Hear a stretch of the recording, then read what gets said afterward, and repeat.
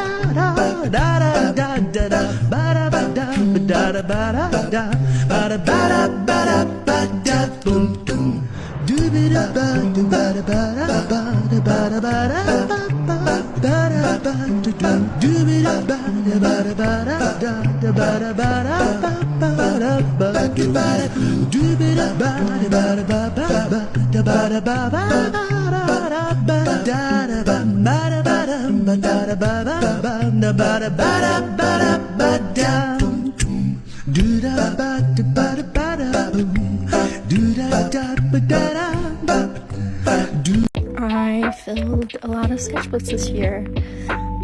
Let's take a look at the last one. Started off when I went to the Met with some friends and did some like art studies.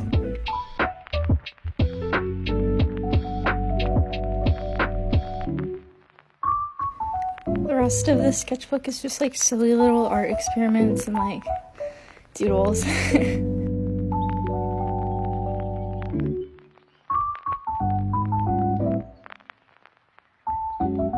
I experimented with my style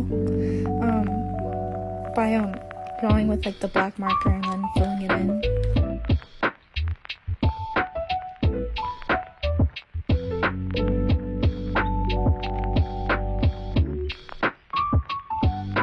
I have plans for like more pieces.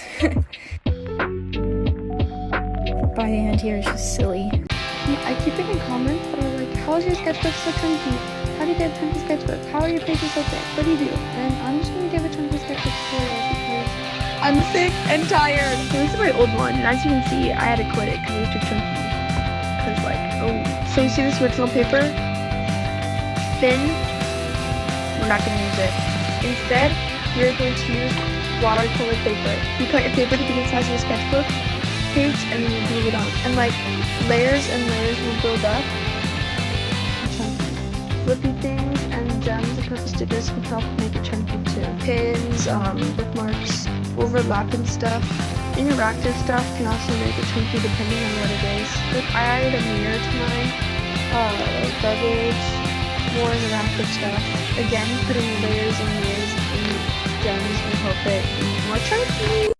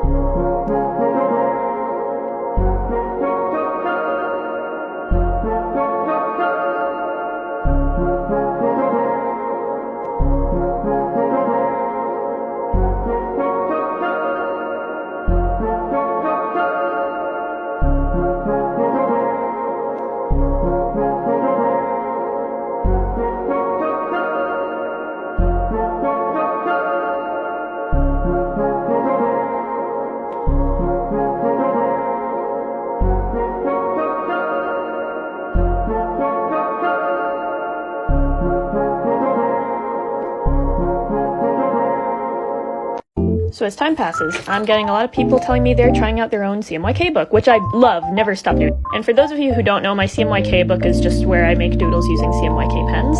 But it occurred to me a lot of people might not know my mission, quote unquote, with this. So for those that are interested, I'm just gonna cover my personal guidelines. I don't even want to say rules because you can't do this wrong. These are just challenges I set for myself so I can like improve and actually want to work on this. And obviously you can ignore or do as many of these as you'd like. So number 1 is pretty obvious. You can only use black, yellow, pink, blue pens. You can do whatever palette you want, but that's it for the CMYK book. In general, I try to leave no pencil, but this was unfinished, so you can still kind of see the pencil. Second big rule is to never overlap colors, and there are exceptions to this, and I do it sometimes.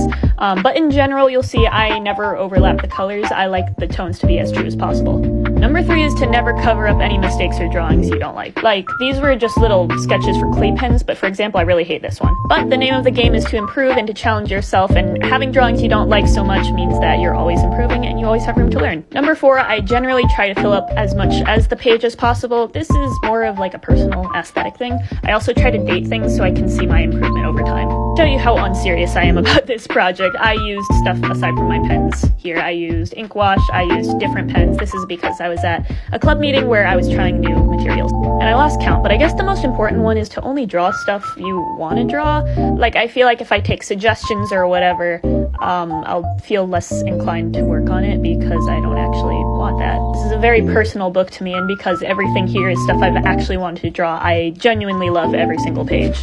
And like I said, these are all just personal guidelines. You can do whatever the hell you want to do. They're just suggestions. But I think having direction in any project will help you to feel a little more enticed to progress with it, so I hope this helps a little bit. And always tag me if you do something like this, not because I care about credit, but just because I love everything you guys make and I want to see it. Okay, bye! Also, I drew this today. How are we feeling about him? Is he cursed or blessed? DIY sketchbook. Let's go.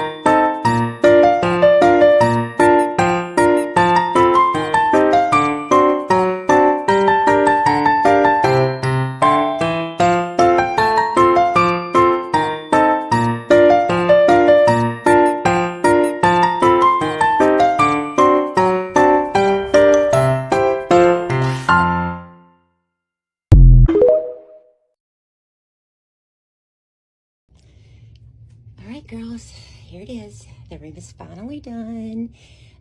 It has been a labor of love, hours, all the things. But we are so proud of how it turned out. We were able to mix some chinoiserie in certain places. We pulled it there, pulled it in the lamps.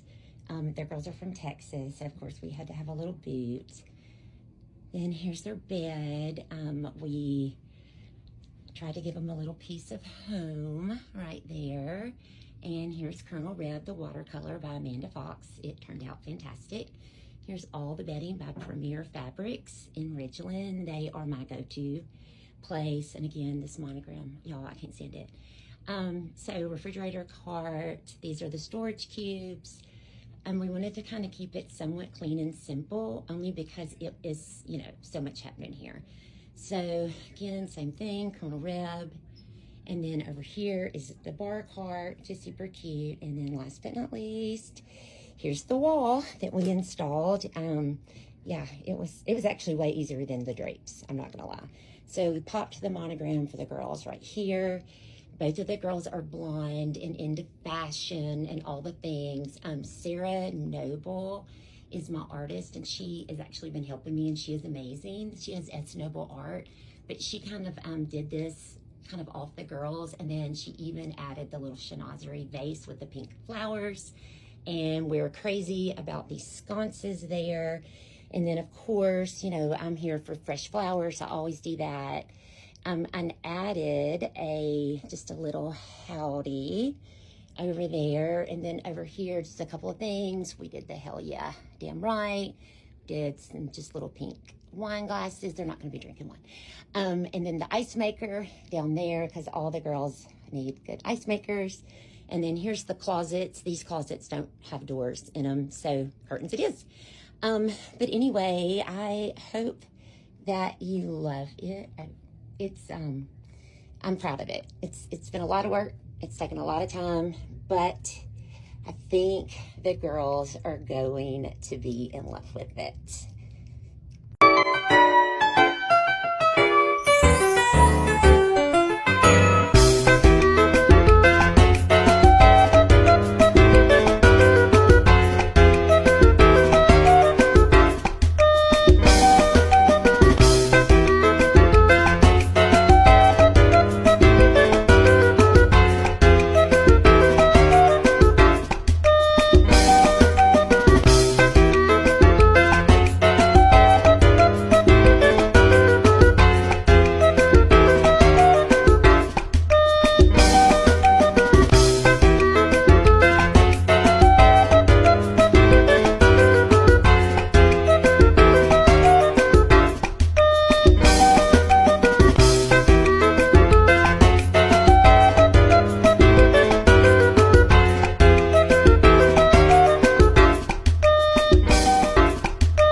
Here's how I made this paper waterfall.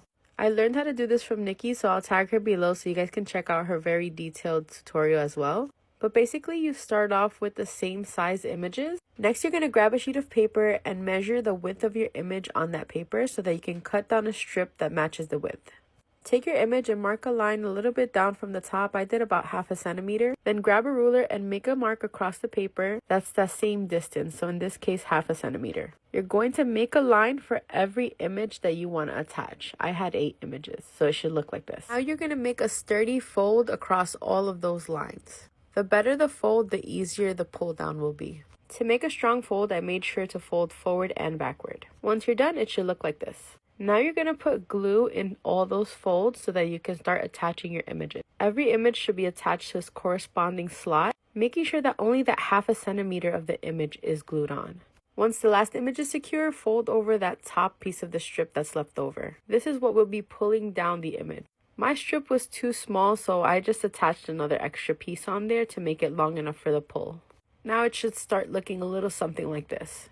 Finally, you're going to get a strip of paper and glue it to the front side of the flap under the last photo. You're going to turn it around and glue those 2 strips together, making sure it's not glued to the actual paper. And that's it. Once you pull down, you'll be able to do the waterfall. To secure it to your journal, just put glue on that back strip and place it on your journal. Big shout out to Nikki for showing me how to do this. Follow along for more tips and tricks. Thanks for watching. I have a master's degree in medical illustration, and let's take a look at my sketchbook from when I was a student. These were sketches I did on the very first day from a real brain. And this is one of my first cadaver sketches. We had to do these for a grade in our anatomy class, and this one's not that great. It's kind of hard to tell the orientation, but they get better, I promise. This was my second cadaver sketch showing the flexor muscles of the forearm. These were done completely from observing a cadaver, and then I would check the anatomy later with an atlas. Not everything is super refined though, this one's a little rough. And these that I'm showing to you right now were done during my first semester of grad school. This is my least favorite organ to draw, but I did it. Here's a preliminary sketch for what ended up being this final sketch of the spermatic cord. I love this one. Here's another preliminary sketch, and then a final sketch. This one was drawn from a lot of different photographic references that I combined together, but it's one of my favorites because it has the internal part of the kidney and then it has the exterior over here. And this is my last cadaver sketch from the first semester. I went on to do some more in the second semester, including some neuroanatomy, so let me know if you want to see more. I also have surgical sketches in the sketchbook where I would go into the operating room and observe procedures and also sketch while I was watching, so let me know if you want to see those. Part 2 of going through my old art. The first one we have is this nice sketch of a hawk. I guess this one's not actually that old. It was probably done like 2 years ago. Okay, even though this one isn't perfect, I do really like the idea for it. Like, the idea is really good. And I guess from far away it looks good. Just like up close, I'm like, you know what? This is definitely not like good quality watercolor that I used for this. But other than that, I think it's actually pretty cool. I just didn't sign it. I guess I forgot. Well, actually, I don't think I signed any of my art back then. So yeah. Next up, we have Todd from Fox and the Hound. You might notice this tape on it. I don't know why that's there, but I mean, I guess it's not that bad. It's kind of cute. I mean, as far as shaping goes, I think I actually drew him pretty accurate. This one is another one that's not actually that old. It was probably done like a year or two ago, but for some reason it still got stuck in this folder. Now, I would have done something better with like the chest and the legs, but other than that, I think it's fine. Oh my gosh, this next one has like a permanent indentation on it. I don't know how that happened. If that wasn't there, I would probably sell this to someone. I feel like they would want to buy it. I don't know. Personally, it's not my favorite, but I feel like someone else would like it. I mean, the general idea is pretty at least. Next up, we have what used to be my favorite painting ever. Oh, I still kind of like this fox. You know, the eyes are definitely not great. I mean, it's okay though. Like, this is when I was first starting to do realism, so it was a good starting point. Wow, here we have another fox. This one was done in, I think, colored pencil. And honestly, there's definitely some, like, anatomy things I would fix. But other than that, the wings are kind of a cool idea, so I like this one. Next, we have a dragon. Probably from Wings of Fire, because I loved those books when I drew most of these, and it is with a little fox. So yeah, there's that one. The fox is definitely kind of off on the shaping though. Last but not least, ouch, we have this little fox with wings. Don't really know the whole idea behind this, but for some reason I kept it, so yeah. So I've been seeing artists use this Talents Art Creation sketchbook on here, so I got it because I wanted to try it. I never decorate my sketchbooks, but I grabbed some stickers that I think embody my personality, and I slapped them on. I need to get more stickers. Let me know if y'all have suggestions. So, I ran out of so many skin tone markers because of these grills challenges, so while I wait for my new order of markers to come in the mail, I figured I'd play with my new color mechanical pencils that I got for Christmas, and some fine liners. You know, just trying something a little different. So for my first page, I wanted to use blue, just to see how it would complement the gold in her grills, her nails, her eyes, and I wanted to give her a kind of interesting stare, like she was saying, do you want to know a secret? But she gonna tell you anyways. That's the vibe I was going for. Like it's the start of a movie before the main character's whole fucking life gets wild and never knows normal again. Those be the best movies. But anyways, here's the first page of my sketchbook. The way I drew her mouth, it's giving mouth breather energy. I didn't mean to do that. But the color composition, I love. So overall, I'm really happy with the new sketchbook, and I can't wait to draw the next art piece. After 4 years of studying industrial design, I have filled over 10 sketchbooks, and I have decided I would like to go and randomly select a book and a page and completely redraw it from scratch. I don't want to just redraw one-to-one. The goal is to improve on the sketch using what I've learned. Today it looks like we're going to be drawing page 26 from book 9, which is this kind of ugly little clamp here. Weirdly enough, the page right before it is a red electric guitar, which is what I drew in my last TikTok. Kind of a real uncomfortable coincidence. So I'm just going to get started with a light gray fine liner, and I think the biggest thing I want to improve about this drawing is the page composition. I think the last drawing was very bland and everything just kind of felt like it was floating there, not to mention the really ugly hands. I just want to rearrange where everything's sitting, make it all make sense, and kind of fill in all these gaps that were left in the previous one.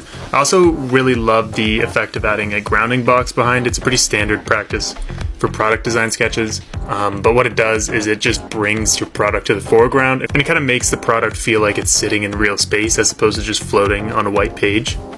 After I finish with the light gray fine liner, I go in with a black Sharpie fine liner, and then I start rendering.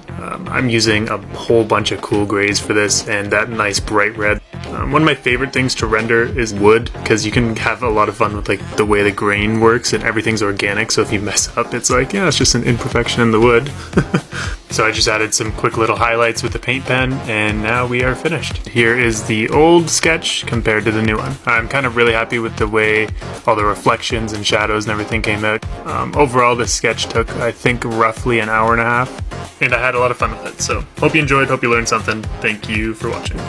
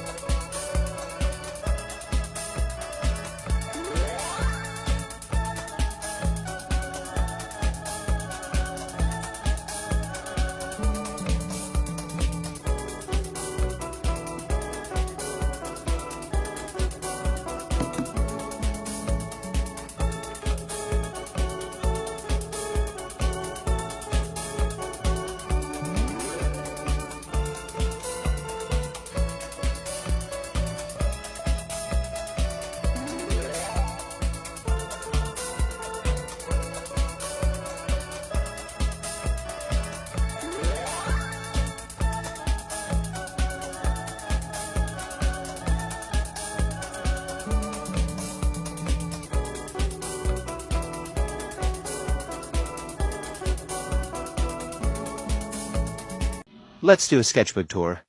Where is it? Where is it? Ah, yes, the first one. Now, over the past 3 years, I've had a lot of sketchbooks. But pushing all those aside for a later video, we are going to start with the first one. Opening it up, it don't seem too bad. Fun fact, I still have this OC. This would be one of my first personas. Ah yes, the one eyeball. A little comic. Going into this is the start of my edgy phase. Here's that OC again, just in a grown-up style. Stupid paper. More edgy stuff. Pencil sketches. Here's one of my older OCs that I eventually scrapped. Eventually I changed my persona. There's a trans flag. Here were some OCs at the time, never to be used again. And of course, more edgy drawings. Let's open this up. Here is that OC called Bodhi, if I still have him, but he's a lot cooler now. Here was My Hero Academia OC. Y'all can pause to read. Some messy pages, and I hope y'all enjoyed.